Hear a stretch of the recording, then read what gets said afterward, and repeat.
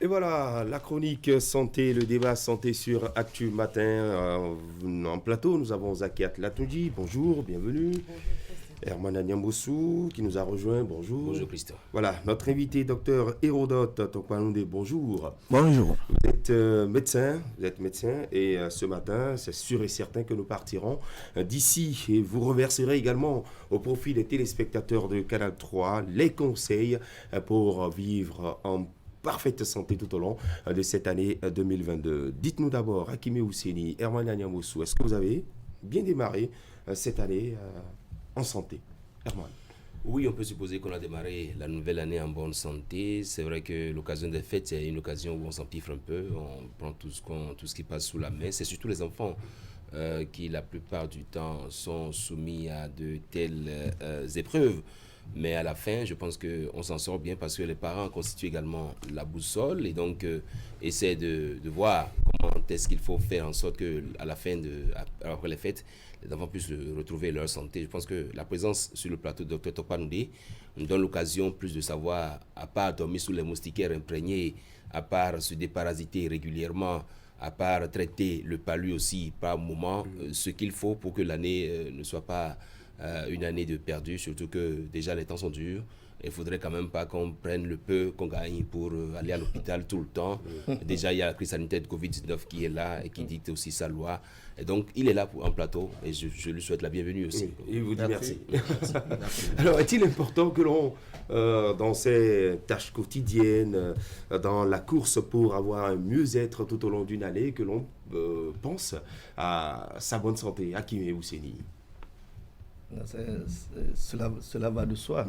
C'est pas croyable qu'on ne passe pas à sa santé alors même que la course effrénée à la recherche du pain quotidien prédispose déjà de ce qu'il faut se porter bien. Quand on n'est pas en bonne santé, on ne peut pas se lever le matin, aller vaquer à ses occupations et espérer rentrer dans la soirée et reprendre encore le chemin parce que c'est un éternel recommencement. Vous allez le matin, vous revenez le soir.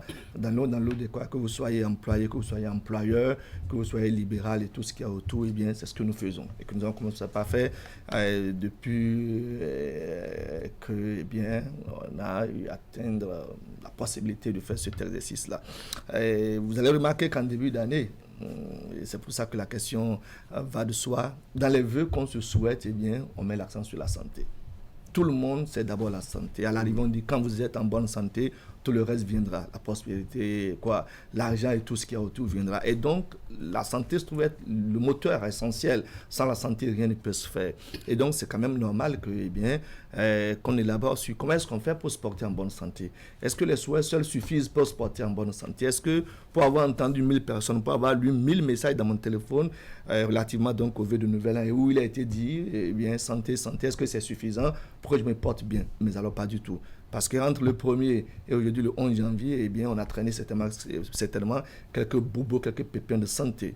Et donc, est-ce qu'il y a des dispositions particulières? Comme l'a dit Herman, est-ce que c'est suffisant seulement de s'occuper, des petits conseils de grand-mère qui disposent de ce que, le matin, il faut faire ça, il faut dormir sur mousse, Herman l'a dit, ça, c'est des conseils qui sont suffisamment donnés. Au-delà, qu'est-ce sont les réflexes qu'il faut avoir vis-à-vis peut-être de son enfant et soi-même, comment est-ce qu'on fait pour être attentionné vis-à-vis, de son état de santé. Je crois que c'est l'exercice qu'on veut faire ce matin, mais toute évidence, Christian, l'élément premier, c'est la santé. Sans la santé, on n'aurait pas été sur le plateau ce matin. Voilà. Alors, je crois que Hakime a évoqué un point important parce qu'en début d'année, habituellement, on se présente des vœux.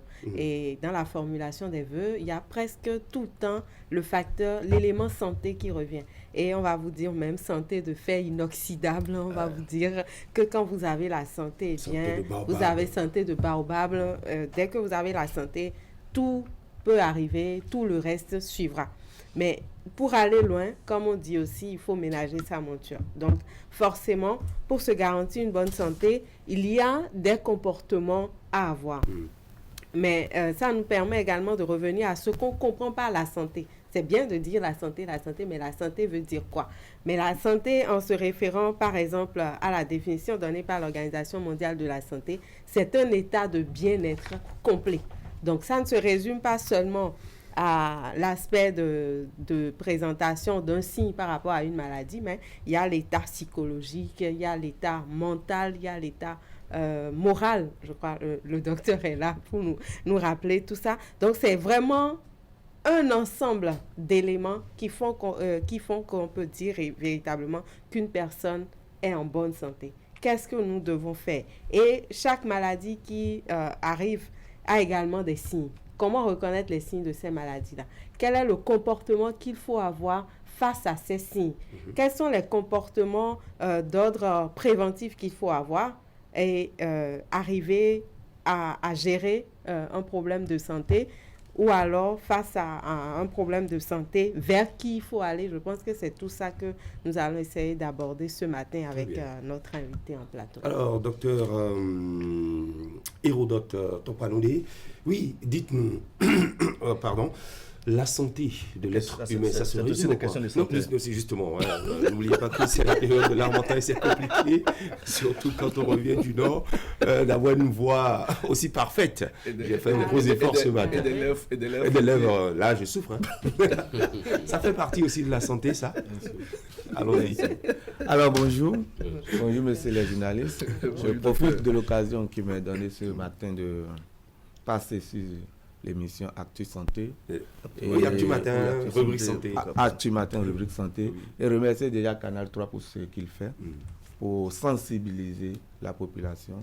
Je nous souhaite les meilleurs vœux. Merci. Vœux de santé, comme on l'a dit. Oui, la santé, c'est important. Et notre ami journaliste l'a défini brièvement par rapport à la définition de l'OMS. La santé, c'est un état complet. Ce n'est pas juste en l'absence de maladie ou d'infirmité. C'est un état complet de bien-être psychique et physique. Ça dénote déjà de l'approche de la médecine moderne. Parce que la médecine moderne prend en compte le physique et le psychique. Alors qu'il y a une définition plus globalisée de la santé qui parle maintenant de l'âme. Parce qu'un être, c'est 3 entités. Il y a le corps, le physique, il y a l'esprit et il y a l'âme. Mais la médecine moderne s'occupe du physique et du psychique. L'âme requiert de la spiritualité. Donc voilà, pour ce fait, nous comprenons donc qu'il y a 3 causes de maladie. Allons-y. Nous avons la maladie que nous voyons souvent, le paludisme, les accidents, les infections. Ça, c'est le côté physique. Il y a le côté psychique qui découle le plus des conflits émotionnels. Nous avons des maladies qu'on traite de psychiatriques et il faut aller voir un psychologue pour essayer de rééduquer l'esprit à se remettre dans le même contexte que le somatique. Un peu comme le stress. Bien entendu, le stress. Le stress vendredi, le stress, l'anxiété, l'angoisse. Ça peut être cause de maladie psychique. D'accord. Et maintenant, quand vous retrouvez le domaine spirituel, il y a ceux qui s'occupent de ça. Ce n'est pas du domaine de votre ressort. Voilà. Donc c'est un peu ça. Nous sommes là plus aujourd'hui pour parler de la prévention. Mais pour y arriver, il faut qu'on comprenne les dégâts que ne pas prévenir une maladie peut entraîner dans la vie de tout un chacun. Donc déjà que nous avons des problèmes sur le plan disposition pratique au Bénin à prendre en charge certaines maladies, il faudrait déjà qu'on sache qu'il y a 5 retards dans la prise en charge. Il y a les retards au niveau de la population, il y a les retards dans les structures de santé. Au niveau de la population, c'est ne pas reconnaître très tôt un signe d'une pathologie, par exemple. C'est le premier retard. Donc, on ne reconnaît pas tôt. On peut te dire, bon, c'est rien, ça arrive souvent, alors que c'est peut-être des appels pour se dire qu'il y a une maladie qui se profile à l'horizon. Il y a aussi le retard dans la prise de décision. Nous reconnaissons qu'il y a un signe, mais maintenant, la prise de décision, il faut attendre peut-être papa, il faut attendre peut-être maman, il faut attendre peut-être un oncle avant de prendre la décision d'emmener l'intéressé à l'hôpital. Et le troisième retard au niveau de la population, c'est l'accessibilité. Peut-être je suis à 10 km, à 5 km du centre de santé le plus proche. Et aussi, il y a les moyens de locomotion, je peux le dire, des moyens qui ne sont pas adaptés à ce que les gens se rendent tôt dans les structures de santé. Et maintenant, à l'hôpital, il y a 2 retards aussi. Il y a le retard dans le diagnostic, faute peut-être de matériel ou de personnel qualifié pour poser le diagnostic. Et il y a les retards dans la prise en charge. Donc, quand nous voyons déjà tous ces retards qui peuvent découler d'une maladie, le mieux, c'est de prévenir la maladie. Et pour prévenir la maladie, il va de soi qu'au début d'une année, il faut faire un petit bilan.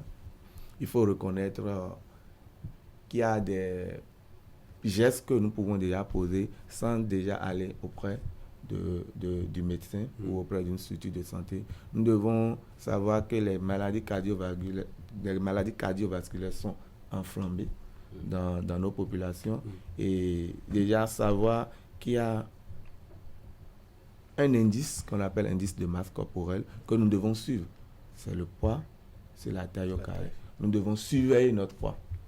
Nous devons surveiller notre poids pour nous retrouver dans une fourchette d'indice de masse corporelle normale. Ça nous évite déjà beaucoup de soucis en matière de pathologie cardiovasculaire. Nous devons surveiller notre tension. De temps en temps, il faut prendre sa tension artérielle, voir si on est dans la bonne fourchette. Et maintenant, faire un bilan qui peut nous permettre déjà d'avoir la valeur de la glycémie, voir s'il n'y a pas un souci de diabète que je pourrais traîner. Il y a beaucoup d'indices. Pour les maladies cardiovasculaires, il faut voir les répercussions sur les reins. Il faut faire la créate pour voir si son état de rein est normal. Il faut faire les transaminases pour voir si on n'a pas de problème hépatique. Nous, les jeunes, actuellement, on s'adonne un peu trop à l'alcool, ce qui n'est pas toujours, ce qui ne fait pas bon ménage avec le foie. Et aussi, on se permet de prendre du paracétamol à n'importe quel moment, quand on a juste un mal de tête, alors que le paracétamol est hépatotoxique. Donc, tous ces comportements déjà nous permettent de savoir qu'est-ce qu'il faut faire, qu'est-ce qu'il faut ne pas faire. Mais il découle du fait que ce n'est qu'en venant vers un médecin qu'il peut connaître ton état de santé, connaître les difficultés que tu peux avoir par rapport à ton état de santé et t'orienter par rapport au bilan. Chez les enfants, il suffit de les suivre de façon quotidienne parce que les enfants ont des rendez-vous chez le médecin pédiatre. Dès lors que vous suivez ces rendez-vous de façon correcte, vous n'aurez pas de problème avec les enfants. Ouais, docteur, ce que vous dites, c'est bien beau, c'est bien intéressant. Il faut faire un bilan. Tout le monde n'a peut-être pas la possibilité de faire un bilan. Comment est-ce que le citoyen moyen peut faire un bilan? Parce que quand on dit bilan, vous avez parlé de rein, vous avez parlé de tout ce qui est autour. C'est pas 0 francs. Il faut payer pour le faire. C'est vrai qu'on nous a dit que depuis le 1er janvier dernier, eh bien, ça va être désormais moins compliqué dans les formations sanitaires. Mais bon, nous n'y sommes pas encore. De façon précise, qu'est-ce que le citoyen Akimé peut faire en termes de bilan? Je porte la parole des autres comme moi. Quoi. Voilà. Ok, je vous remercie. Qu'est-ce que le citoyen lambda peut faire comme bilan? Déjà, il faut circonscrire les choses. Un citoyen lambda doit connaître son état de glycémie parce que c'est une maladie qui est très récurrente de nos jours. Donc, faire la glycémie, c'est pas cher, hein? C'est à peine à 1500. D'accord. Et tu sais déjà que tu n'as pas un indice glycémique élevé. Si c'était élevé, on te donnera les conseils. Si la possibilité, par les conseils, peut encore gérer ton problème, il y a l'activité physique qu'on propose beaucoup de nos jours. Parce que la marche rapide, 30 minutes, 3 fois par jour, ça fait des merveilles sur notre état de santé. 3 fois par 3 fois par semaine. Par semaine. 3 fois par semaine. Au minimum. La marche rapide. La marche rapide, 30 minutes à 1 heure. 1 fois par jour, 3 fois par semaine. Vous pourrez éviter beaucoup de pathologies. Il faut avoir une idée de son bilan lipidique. Nous mangeons et c'est pas toujours évident de respecter les 5 fruits dont on parle évidemment par jour. C'est pas toujours évident. Il y a trop de gras dans ce que nous prenons. Il faut avoir une idée de son bilan lipidique. Ça aussi, c'est pas trop cher. Et maintenant, par rapport à l'âge, chez les femmes par exemple, un dépistage systématique du cancer du col et du sein doit être fait au moins 1 fois l'an. Ça veut dire quoi? Vous venez voir le médecin vous exhorte déjà à faire l'autopalpation. On vous emmène à savoir comment faire l'autopalpation des seins. Et là, dès que vous remarquez une anomalie, c'est vous-même qui venez vers le médecin. Ah, j'ai fait mon autopalpation aujourd'hui et je me rends compte qu'il y a un petit souci. Là, c'est des conseils pratiques pour éviter d'avoir à faire des bilans très exorbitants, parce que prendre en charge une pathologie comme un cancer du sein, le cancer du col, il faut faire le dépistage du cancer du col. C'est un petit examen. Vous venez chez votre gynéco, vous venez à l'hôpital, on vous le fait. Et ça, dès lors que la coloration, parce qu'on fait juste une coloration, c'est pas grand-chose. Et dès que la coloration n'est pas normale, il y a des indices qui nous font comprendre, il faudrait qu'on surveille. Il faudrait que si vous sentez des infections à répétition, vous les traitez correctement. Ça peut être aussi source d'un cancer du col futur. Et chez l'homme, nous avons une pathologie qu'on appelle l'hypertrophie bénigne de la prostate, le cancer de la prostate. Il faut faire les PSA. C'est des marqueurs qui nous font connaître déjà l'état d'évolution de la prostate, parce que c'est un organe qui évolue avec l'âge. Donc, à un moment ou à un autre, ça peut créer quelques perturbations. Mais si vous n'êtes pas avisé, vous ne pourrez pas prendre les mesures qu'il faut pour cela. Donc, dire aujourd'hui qu'un bilan de santé pour une personne lambda, je pense qu'on a la volonté, quand on se rapproche souvent de son médecin, le médecin vous oriente à ne pas être en train de beaucoup dépenser, mais prendre en charge votre santé de façon optimale. Voilà quelques idées apportées par Dr Tokpanoudé, Herman Parfait, Anyambossou, le bilan de santé qui prime surtout. Oui, le bilan de santé qui devait primer surtout. Qui devait primer, mais malheureusement, il se fait que le citoyen lambda que nous sommes est plus attiré par ce qu'il doit faire pour nourrir sa famille. Il court dans tous les sens, il ne veut pas que son véhicule tombe en panne, et il oublie que lui-même il est déjà il est déjà en panne. Parce que justement, il a parlé de taux de glycémie, il a parlé du paracétamol qui serait hépatotoxique. Généralement, qu'est-ce qu'on fait? Vous envoyez qui s'asseyent et qui prennent la bière et qui disent, bon, ça j'ai les maux de tête. Il paraît qu'avec l'alcool, quand on prend du para, ça travaille vite. Et vous le voyez, il met deux capsules dans la bouche, il prend la bière dessus.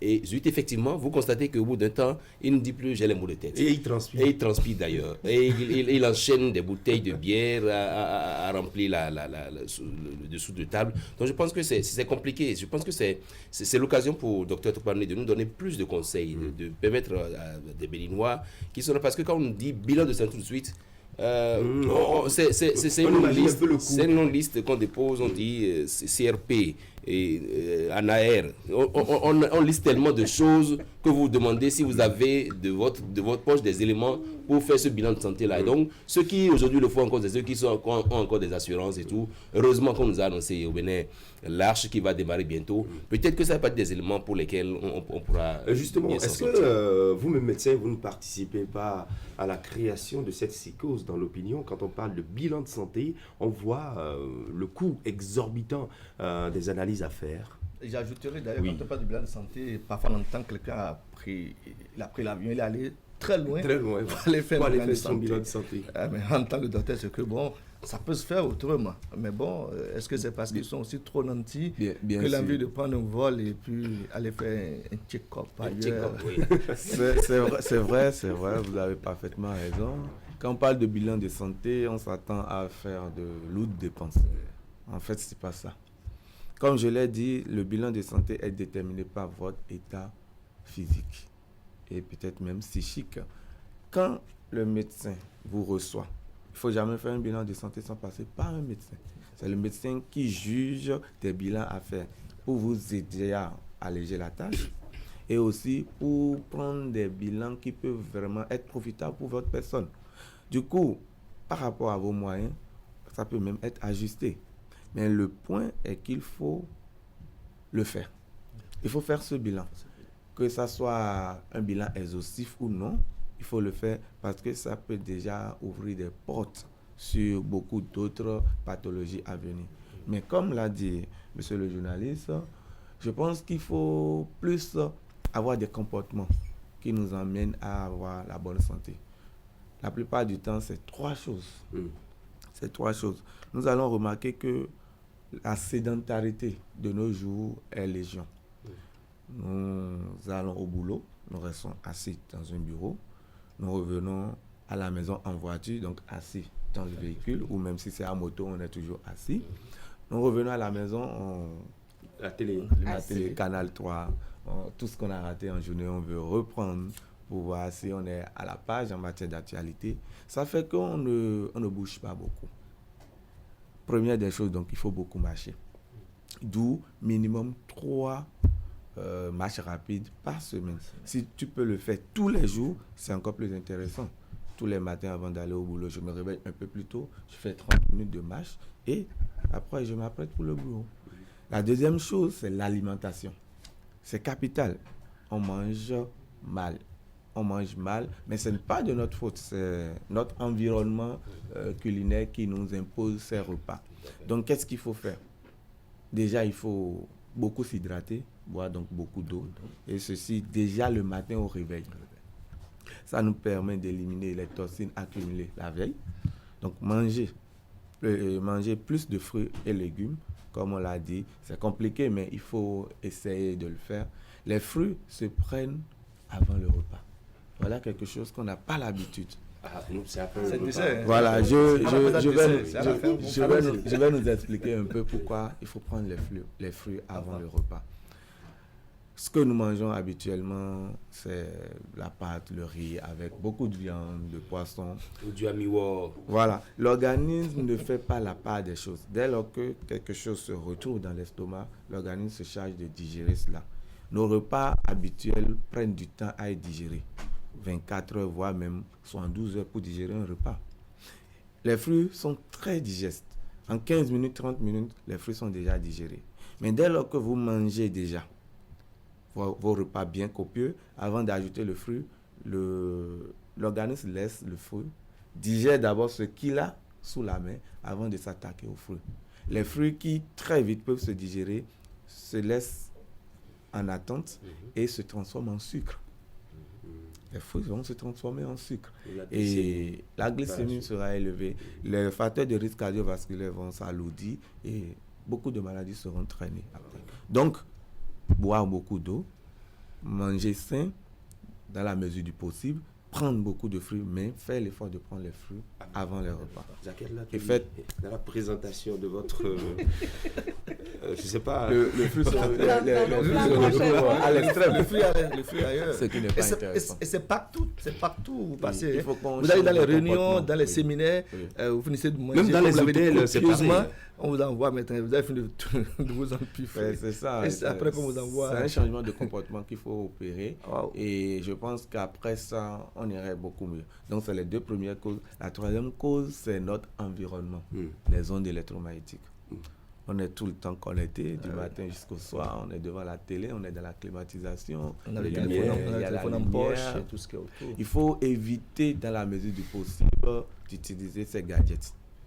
On en a besoin parce que ça nous facilite la vie. Mais si on se retrouve, par exemple, dans un environnement où on n'est pas obligé de l'utiliser, faisons l'effort de mettre ces gadgets de côté et avoir un environnement plus ou moins sain. Aller peut-être à la plage de temps en temps, prendre de l'air frais, aller en campagne, dans la forêt. Quand on va, il faut on faire un break break tout. encore. Je pense que ce qui est intéressant, quand il nous, en fait, parmi les éléments qu'il a cités, il a parlé de ce que nous mangeons. Ce que nous mangeons, c'est des êtres humains qui préparent ce que nous mangeons. Il y en a, par exemple, parmi nous, qui ne mangent jamais en ville, qui veulent manger que dans leur maison, qui parfois quittent la maison avec le repas, mangent au boulot et retournent avec les glacières. Mais le problème que j'ai à poser ici ce matin, c'est ce que nous mangeons, ça vient d'où? Est-ce que la volonté politique peut faire en sorte qu'on puisse limiter un peu les dégâts par rapport à ce que les femmes préparent et mangent? Parce qu'on n'a pas tous la possibilité de se faire du repas depuis la maison pour venir manger au boulot. Est-ce qu'on fait en sorte que les cubes, par exemple, qu'on utilise pour faire des repas, vous en mangez et vous pensez que c'est du sucre qu'on a mis dedans, c'est tellement copieux, c'est tellement délicieux, et quand on y ajoute une bouteille de bière, on se dit Maouafi, en fait, Lafia. On dit on est content et on évolue, alors même qu'on se rend malade. Ensuite, l'autre aspect de la question, c'est à partir de quel moment je dois aller chez le médecin? Moi qui suis ici, j'ai l'air en bonne santé, alors même qu'on a parlé du stress le vendredi dernier, peut-être que je suis stressé. Est-ce qu'il suffit d'aller chez un médecin? On va vous dire, il y avait le Gorodin, il est tellement rassasié que parce qu'il est stressé, il vient me voir. C'est aussi des commentaires que certaines personnes font autour de vous qui vous disent, qui vous amènent à ne pas vous porter très tôt vers le médecin. Vous allez, le monsieur stressé va dire non, juste un stress, bon, prenez tel produit et puis ça passe. Alors que à force d'accumuler le stress, ça vous crée des maladies. Docteur, l'autre cas par exemple, c'est quand quelqu'un va à l'hôpital, la personne est malade et va à l'hôpital et le médecin lui prescrit un test de palu.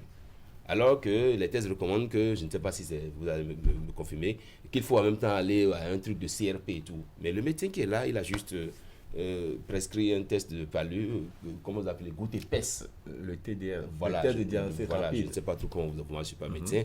Et c'est après quelqu'un d'autre vient dire attention, vous aurez dû lui prescrire également telle chose. Dans ces cas, nous ne sommes pas médecins pour savoir dire à celui qui est devant nous, je veux avoir tel test.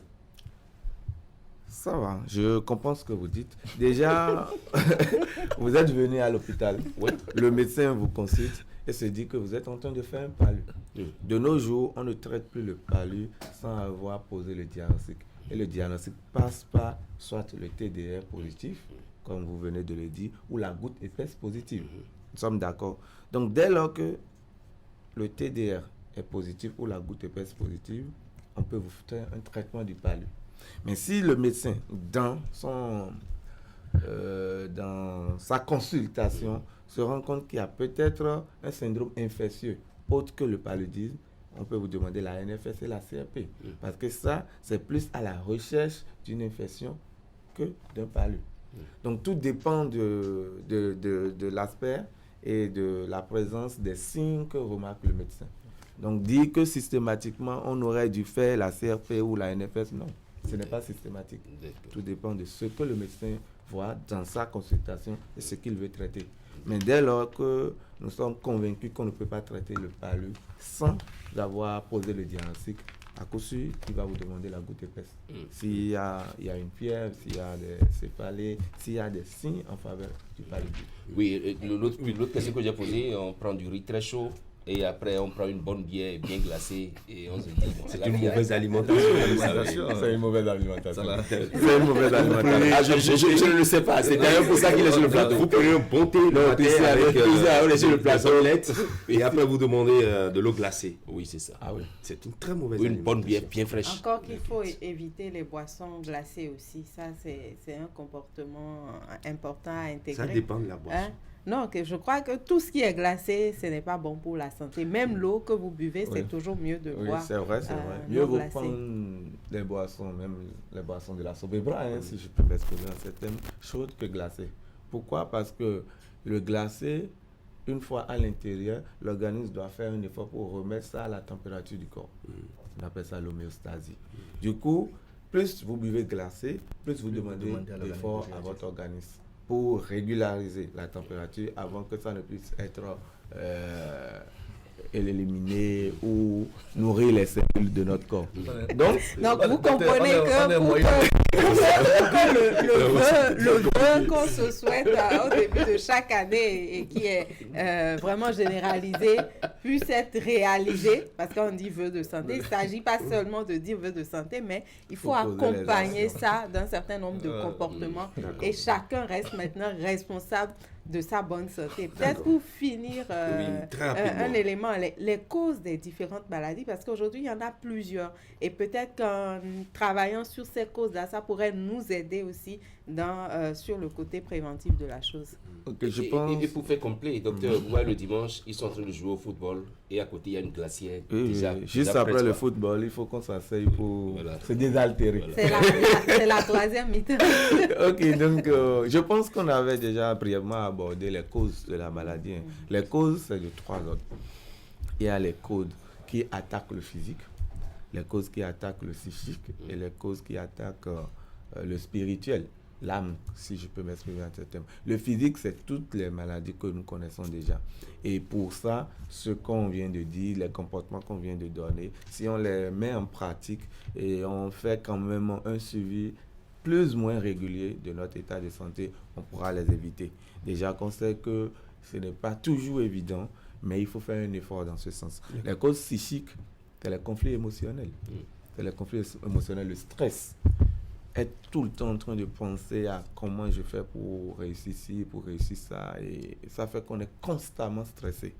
Ça n'aide pas le psychisme. Donc, on ne peut pas dire qu'il ne faut pas être stressé, mais il faut, dans la mesure du possible, gérer son stress.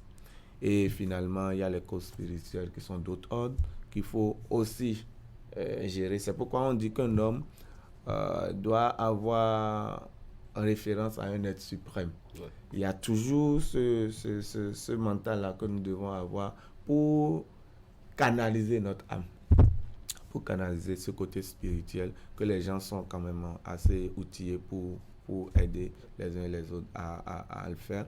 Donc, faisons ce qu'il faut pour ne pas avoir des pathologies physiques, psychiques et aussi spirituelles, et nous aurons la bonne santé. Donc les bons comportements, qu'il faut bien manger, faire des activités physiques, bien manger, son bilan de santé. Et l'autre point aussi par rapport au bilan de santé, on n'est pas obligé de tout faire en une fois. Donc on peut étaler ça sur l'année. Il y a des examens qu'il faut faire peut-être une fois tous les 6 mois, une fois l'an. Donc on peut s'organiser pour arriver à le faire au cours de l'année. Dès lors que nous prenons la résolution de le faire, on peut le faire. Ce n'est pas aussi cher que les gens le pensent. D'accord.